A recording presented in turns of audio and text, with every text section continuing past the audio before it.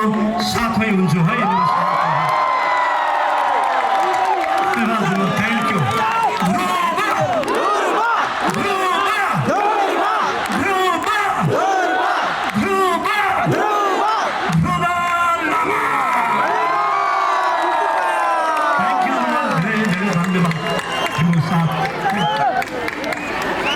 त्यसै भेषमा हुनुहुन्छ मेरो साथी मेरो भाइ सुमित।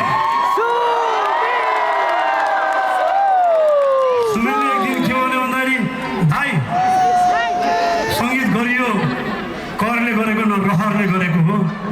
तपाईँले जुन दिनसम्म सङ्गीत गर्नुहुन्छ तपाईँले बिर्सिनु भयो भने त मेरो भन्नु केही पनि छैन नि, म तपाईँको सँगै साथमा उभिन्छु है।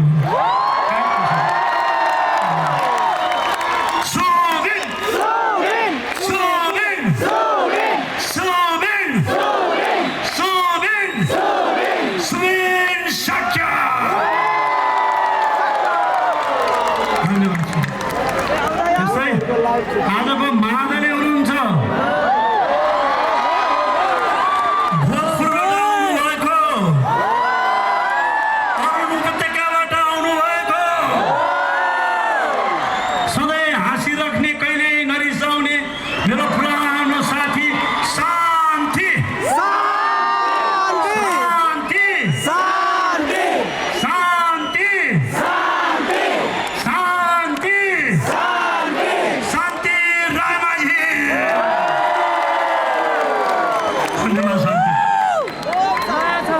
त्यस्तै आजको किबोर्डी सुन्नुहुन्छ साङ्गीतिक समूहको नेपथ्यको कान्छो कलाकार दिनेश।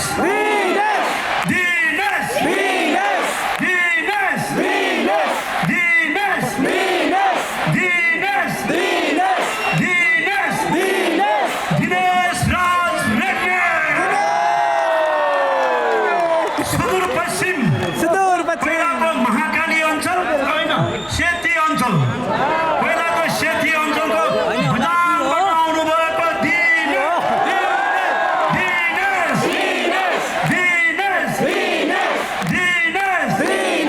दिनेश भाइ धन्यवाद। त्यस्तै आजको गिटारी सुन्नुहुन्छ मेरो भाइ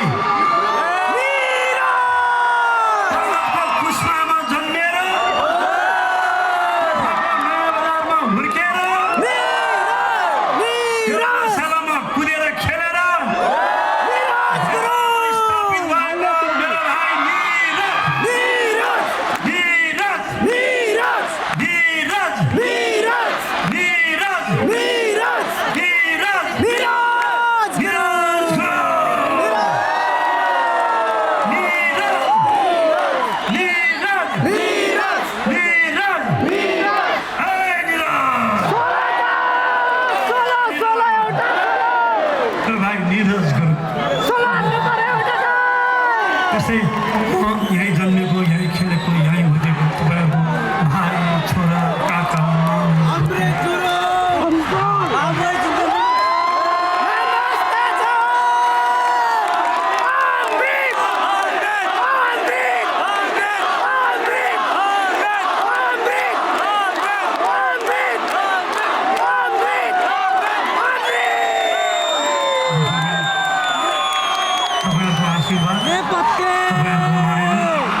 तपाईँहरूको सल्लाह र सद्भावले नै हामीले यसरी गीत गाउँदै आउनु पाएका छौँ। नेपाली गीत सङ्गीतलाई माया गरिदिनु भएको तपाईँलाई धेरै धेरै धन्यवाद। र मैले भन्दैछु कि यो भर्खरै यो मञ्चमा बसेर विभिन्न जात जाति विभिन्न भाषाका मान्छेहरूमा गाइरहेछौँ बजाइरहेछौँ। तपाईँ दर्शकमा बसेर विभिन्न जात जाति विभिन्न भाषाभाषी विभिन्न प्रान्तबाट आएको मान्छेहरू बसेर गाइरहेछौँ, झुमिरहेछौँ, नाचिरहेछौँ, रमाइरहेछौँ। हाम्रो देश नेपाल पनि यस्तै विभिन्न जात जातिहरूको सङ्गम थलो हो।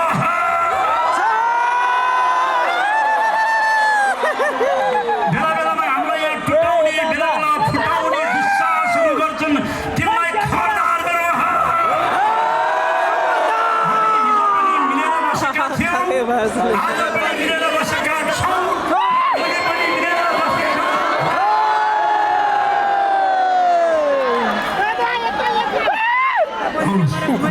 शुद्ध एउटा नेपाली